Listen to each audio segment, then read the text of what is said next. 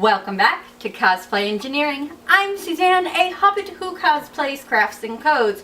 For the month of June, I've been building a gender swap Howl cosplay with a robotic calcifer. In this video, we're going to be talking about my last detail, Howl's coat, which is made up of many magical techniques I wish someone had told me about sooner, so I'm going to share them with you.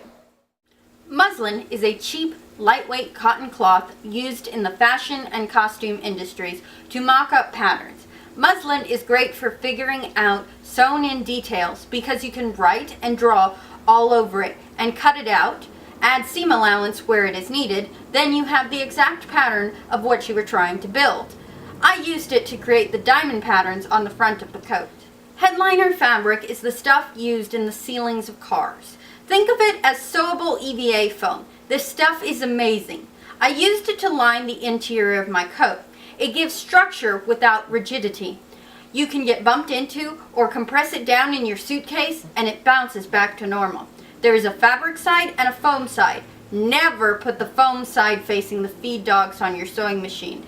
It will eat up the foam. Washable school glue sticks should be part of any standard sewing kit.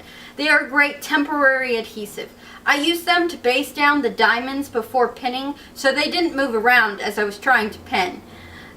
The piece can also be easily adjusted because it doesn't dry super fast. For a fast dry, you can stick a hot iron on top of the fabric and the glue will hold until water is added. I wanted something that had the strength to hold the coat in place but didn't show on the shoulders when the coat was removed. My solution, rare earth magnets. These are heavy-duty magnets that can snap back pretty hard, so be careful when using them.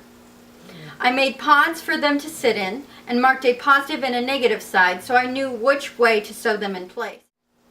For my Friday fail, my first attempt at this diamond pattern didn't go too well. I had originally thought the best way to approach this pattern was to cut out diamonds in both the gray fabric and in the pink fabric. However, that was not going to lay flat. So my next solution was to cut out a whole piece of gray and sew pink diamonds on top. That's it for this week's Cosplay Engineering. Tune in next week when I put it all together and showcase the final product. Follow me on Instagram and Twitter at @acraftyhobbit, and of course subscribe to this channel by clicking the icon in the corner.